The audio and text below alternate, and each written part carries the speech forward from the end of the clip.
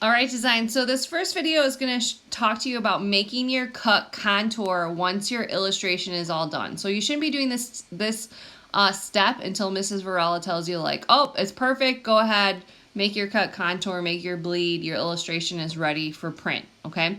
So the first thing I just wanted to remind you is to download Creative Cloud. So this is how you install fonts and how you install color libraries and how you can even save work to the cloud and between devices and stuff like that. Okay, so make sure you download that. Okay, so before we get started, we actually have to go to Canvas, and we're going to go to our class, and we're going to go to modules, and we're going to go down to week 11. And in the description, you're going to say, get the Roland color library here. Okay, so I'm going to select that. It's going to open up my browser. Okay, it might ask you to log in. And it's going to show you the library. And what you want to do is say, copy to your work. Okay, and once you do that, you will now have the Roland color system in your Adobe Creative Cloud, and it will be in all your libraries, okay, in any of the Adobe apps, so Photoshop, Illustrator, okay. Now notice that the very first color is called CutContour. That's the color you're going to need to make your cut path so that, you know, that it knows that it's supposed to cut it. And then it has all the other colors that you should be using if you care about color matching, you know, and you want a color to be the color that you see on the screen. Okay, so now I'm going to go to Adobe Illustrator, and my illustration is done, and Mrs. Varela has said that this is ready to be made a bleed and to do the cut contour. Okay, so what I'm going to do is I'm going to select my illustration, and mine's grouped, so maybe yours is ungrouped. I'm going to go ahead and group it.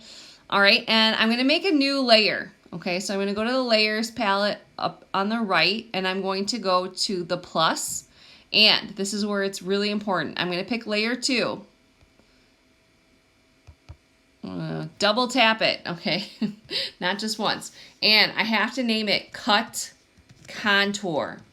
This is the most important part. This layer has to be called Cut Contour. It has to be named correctly. There cannot be a space.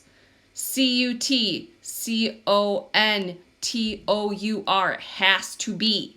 Has to be, or it will not work. Okay, I cannot emphasize this enough. All right, double check your spelling, because sometimes people forget the O-U-R. They just do O-R, or they put the U in the beginning. I don't know. Okay. Okay.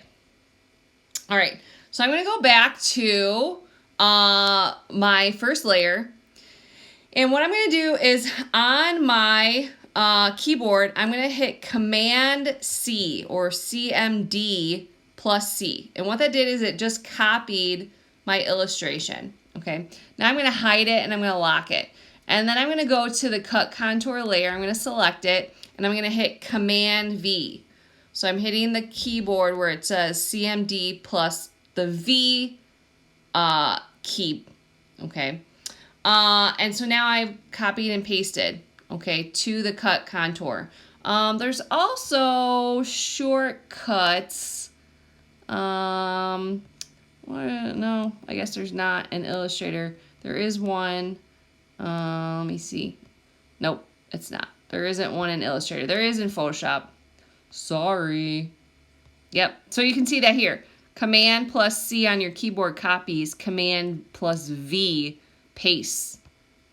All right, now you know. Okay, so I still am on the Cut Contour. Okay, so I'm going to select this. And now I'm going to go to the Shape Builder. And I'm going to hit Combine All. And I'm going to hit Convert to Path. Okay, so now it basically just like added everything together. And now I have an outline of my illustration. All right, now I'm going to go over to the left, and I'm going to go to the bottom, and I need to change the outline, the stroke, to that Cut Contour swatch. Okay, so I actually already had that. So I'm going to go down to where it says swatches, and I'm going to go to where it says under my libraries, you should now have a Roland library. And then once you open the Roland library, you're going to hit the first one, which is CutContour. Okay. And notice that it just changed the outline to that CutContour pink. Okay. All right. And then I'm going to change the fill to none. I don't want it to have a fill. I just want it to have the outline. Okay. Now I'm going to select it and I can go to the stroke, and I can see again that it's set to that pink. That spot, it has to be from the Roland library because it's a spot color called CutContour. Okay, and I have my layer called CutContour, and I have my layer 1 group, and I can turn that back on. Okay, so that's what it's going to cut up. Okay, the next video will show you how you're actually going to make a bleed.